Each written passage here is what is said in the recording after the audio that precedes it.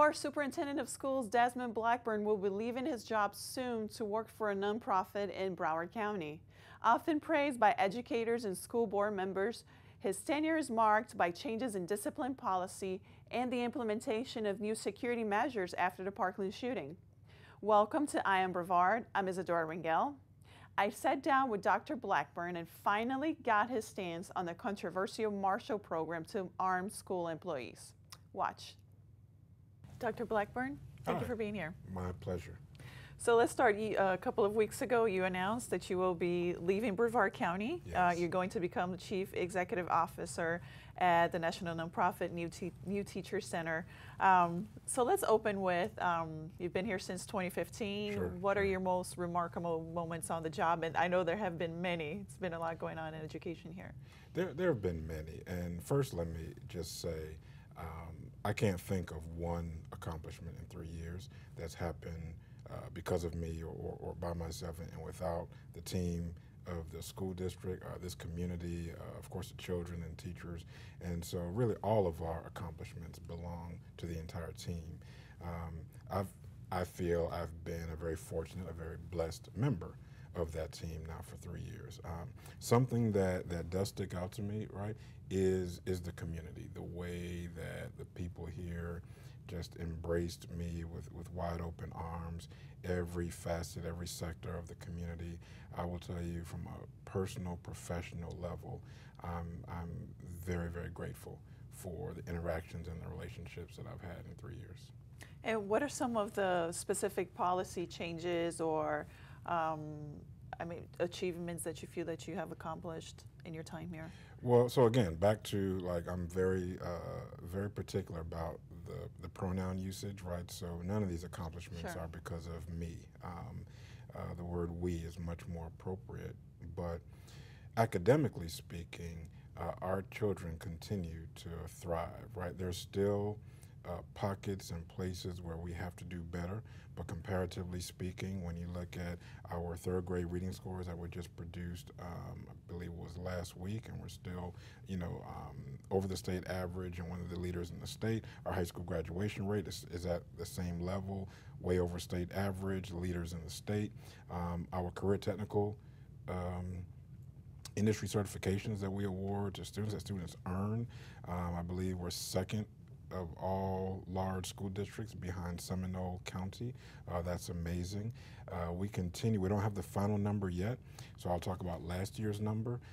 Of our 5,000 graduates, over 350 of them last school year completed an AA degree alongside their high school diploma. We don't have that final number for this year yet, but the amazing partnership we have with Eastern Florida State, really an amazing opportunity for kids. With 3 national blue ribbon schools, the only district in the state of Florida to have more than one. We have 3.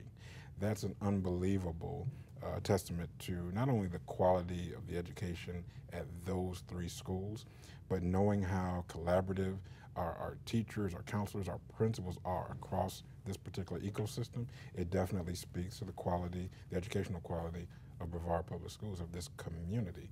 And so some of those things I will always Sure. cherish. And during your tenure, you changed discipline, the district's discipline policy to make it more uniform. You also went through a really tough negotiation over teacher salaries Sure, and sure. raises. You settled a lawsuit with EDR, the software company, that had been a huge debacle for the district, and that happened before you even got here. Anything else that jumps out to you? So all of those things are pieces that I will think about and remember. But I will tell you, quite frankly, Isadora, I don't think anything will travel with me quite like the honor the school board paid me last year in my evaluation, when they said something to the effect of they appreciate that I have redefined the relationship between Brevard Public Schools and the community at large. That mention, that accolade, is something I take very, very seriously, and I'm very, very proud of that accolade. And so let's talk about Parkland. And that poses new enormous challenges for every school district in Florida and probably the entire nation. What will your successor inherent in this post-Parkland environment? We're talking about dramatic changes to how schools deal with mental health, school security, and now we have a new program that the district will be implementing, which is school specialists. Correct. And you're in the process of hiring people and training them and arming them. I mean, what will you tell your successor? What is going to be the main challenge that person is going to face? Relative to school security, relative to the threat of an active shooter scenario, ironically, the most significant part of that piece is something that we haven't spent a lot of time discussing, hasn't been a very big part of the local, state, or even federal narrative around active shooter scenarios. And it is the brutal reality that children, our babies, are actually our active shooters on campus, right? They're the ones who end up doing it. And so and largely there's a mental health component that is discussed, but as far as I'm concerned, isn't discussed enough at all three levels of the conversation, right? Anyone you talk to who's an elementary school teacher, principal, counselor, or any other support staff member, they will tell you that over the last maybe 10 or 15 years, the volume of children coming to school at some of the youngest ages with social anxiety, severe depression, other mental challenges, those numbers are going up and up and up. And so... Any reason why? I don't know. Isadora, I wish I did know. It would move us closer to resolution or solution. So no, I don't know why, but I do know that that is a primary challenge that education has to face everywhere, state, federal, right here in Brevard County. I think it became clear after Parkland that schools are probably not doing enough on the mental health fund. Mm-hmm. There is new funding from the legislature Correct. to increase that. Correct. Does that only make a dent, or what would be? You think that that's enough, given what the legislature has done? No, it's not. In general, and the public, they need to be aware of this, right? So in general, the dollars that we've received so far in the state are in the millions, right? Yeah. But literally the challenges are in the billions. And so we need to continue to find a way to allocate resources to all of the different pieces that will lead towards management of the situation and resolution of the situation. Mm-hmm. And let's talk about the Sun Sentinel story. I'm sure you're aware, okay. Which mentioned you. It was about you were Broward's chief school performance Sure. and accountability officer right, at the right, time. Right. And this story says that Broward's discipline policy allowed Nicholas Cruz, the Parkland shooter, to slide by for years before he was finally expelled from Marjory Stoneman Douglas. The piece describes a culture of leniency that allowed children to engage in an endless loop of violations and second chances. Given that you changed Brevard's discipline policy, is the Brevard policy different than what was in place in Broward County? So first I will tell you, as one of the governor's appointees to the Marjory Stoneman Douglas Commission, clearly committed to assessing each and every agency that had anything to do with what happened on February 14. Commitment to truth and following the path that truth leads us on. So it is absolutely premature to, because the commission hasn't come up with findings and recommendations yet, right? And we are investigating this at a very, very deep level. So it's premature to determine what caused that day. That said, I believe that no matter what we find, right, wherever the truth lands us, we'll pursue that truth. So if there's a culture problem, we'll address it, we'll make those recommendations. I know that mental health community is a part of what we're assessing. Law enforcement response is a part of something that we are assessing. School district discipline culture, we're assessing that as well, and we don't have any findings whatsoever. As a matter of fact, preliminary report isn't due to Tallahassee until the beginning of the new year, January 2019. Final report isn't due until 2023. And so that just underscores how much work and investigation has to be done in order to come up with who or what contributed to that horrific tragedy. Sure, I understand, but did you base the Brevard policy on the Broward County policy, given that that's where you came from? Yeah, no, so everything I've done here in Brevard, and this newspaper has been very diligent about covering my activity for 3 years, right? I went out and I canvassed. I listened and listened to the concerns of this community, and then presented recommendations to the community around what we should prioritize, and then didn't create anything by myself in my office or in a vacuum. Went right back out to those same community leaders and had those folks help us create Brevard's response to discipline. So several of the pieces that were brought to my attention during my initial listening and learning was, one, the absence of a unified discipline plan or program in the district, the presence of disproportionate members of our student population being suspended and expelled, and that we needed to do something that was firm, fair, and consistent. And working with community leaders, working with teachers, administrators, the union, law enforcement, I believe we came up with a plan that is firm, fair, and consistent. And the last numbers I got from the district, it showed that actually the number of expulsions, I believe, has decreased, and you have more in-school suspensions. Sure.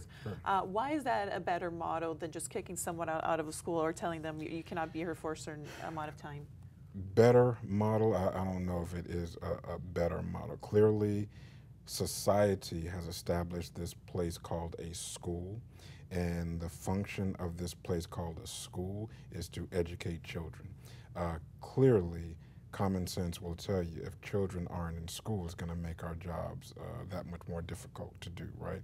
And so figuring out a way how we can address antisocial behaviors in a positive way, correct those behaviors, redirect children, and teach them the necessary valuable lessons that need to be taught, in addition to reading, writing, and arithmetic, are priorities for our system. So let's move on to finances a little bit. Okay, great. Very exciting topic. So you recommended the school board approve a property tax increase, I believe, of $1 million. Correct. That would go toward teacher salaries and school resource officers. Can you explain why? And I know that you're surveying voters, because I actually got a robocall just yesterday. Great. So what was your response? What did you say? I can tell you. Why not? I can't. That's private information. Well, you're asking me a lot of questions, but okay, go ahead. So yes, I'm the interviewer. You're the. Got it. Get back in my place. I get it. But explain why that recommendation. Isadora, so let's start with school resource officers, right? The state of Florida, after STOMP and Douglas, gave us an allotment to place school resource officers in every school.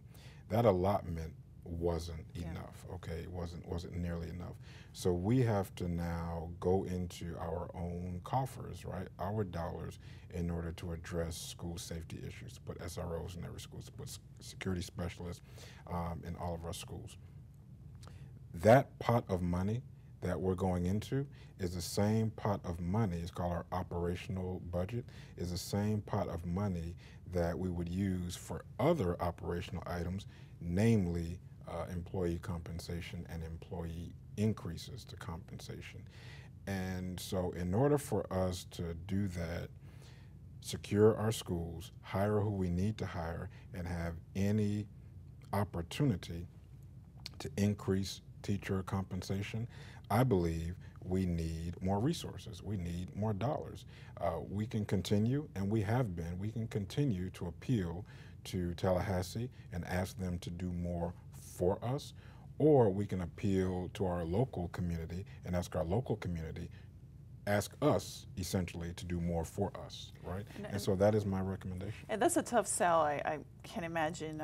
Voters approved in 2014 the sales tax for school security. Correct. There might be another ballot initiative to add a new tax for the Children's Service Council. Right. That's likely to happen. I mean, how do you justify it to voters, especially voters who are on fixed income and retire, might not necessarily have children attending school? What I would say to the voter, which I am one, right? What I would say to citizens is we have at our disposal what we pay for. So in 2014, the priorities were school structures that were failing, air-conditioned units that were failing, building envelopes that no longer protected staff and students from outside elements. Okay, we had and still have those issues. And so the voters approved that allotment. In addition to that, we have public servants called teachers and counselors and principals and other people who work for a school system providing a service to we the people, right? And as you know, across the state, local school districts, and the nation, teacher compensation is a very, very sore topic, right? And so I believe as educators, as community members, as parents, that we have to find a better way to close that gap. It's actually one of the reasons, I don't know if you're going to ask me this question, but I'll spin off into it if you'd like. You guys recently wrote an article, FEA criticized our state leaders. You heard the quotes from Matt Reed, which I can tell you they speak from me as well. I'm not I don't see it as an advantage, nor do I see it as responsible to simply call our state leaders failures as they are trying to allocate a very limited pot of resources, right? Isadora, there's no secret why most, if not all, high net worth individuals in this country establish something called residence in this beautiful state called Florida, right? There's a reason why high net worth people establish residence in Florida, because of our tax structure. And so if we have a low tax structure, then anything that is funded from those resources is going to operate in a deficit mode. So let's talk about the STOMP program that Sheriff Wayne Ivey proposed, which would train and arm school volunteers, and the board chose not to do the program. But I haven't heard your stance on it, and I want to get you on the record. Okay. Did you support arming school employees under the STOMP program? So the quick answer is no, right? But let me explain my thought. It took me a while to come to a thought.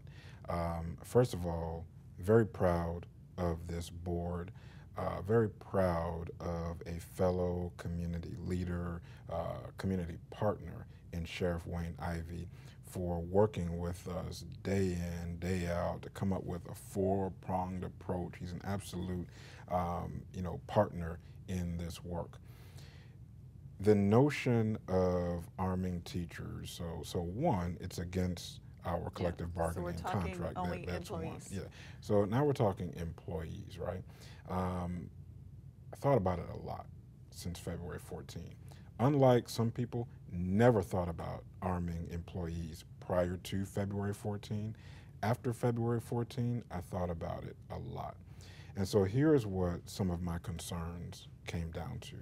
One, I've yet to meet, and as you know, I meet a lot of people. I'm in schools a lot.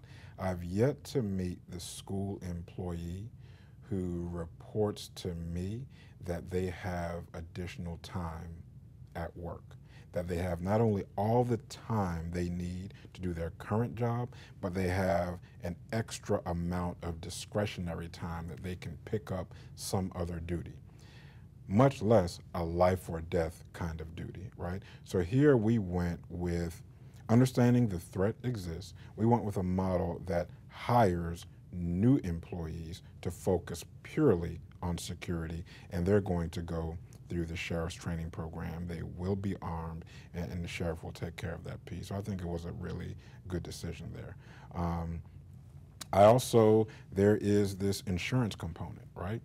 We don't have, we have some estimates, right? But it was new for insurance companies to do the assessment and determine what our new premiums would be if we would arm employees.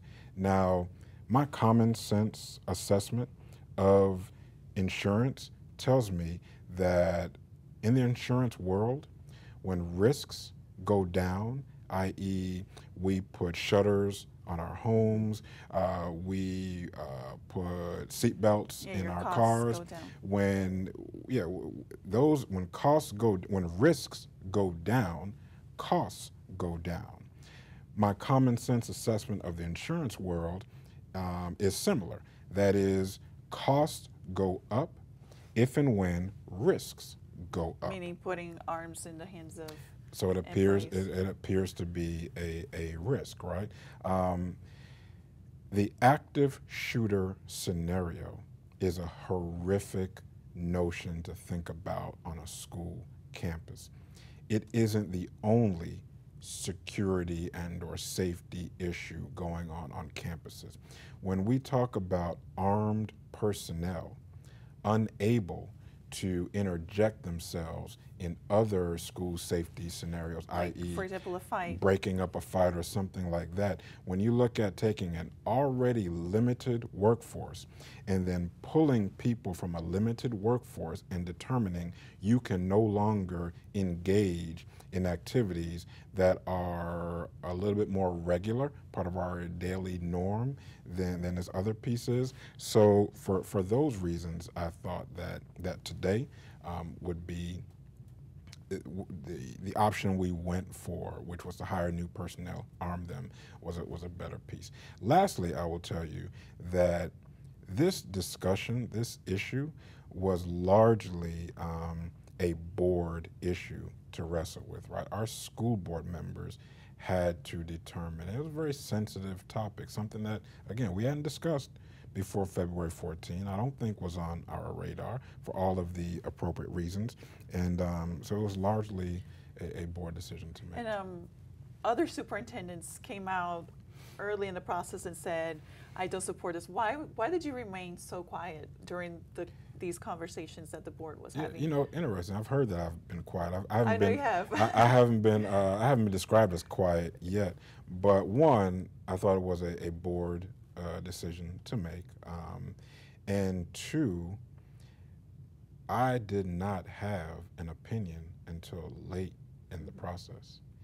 I was quite honestly, Isadora, as I said this before, my heart, my mind was full of as much fear and uncertainty as every other human being in this picture. And so I didn't have a clear opinion. Today I do, but I didn't have one for a long time in this process.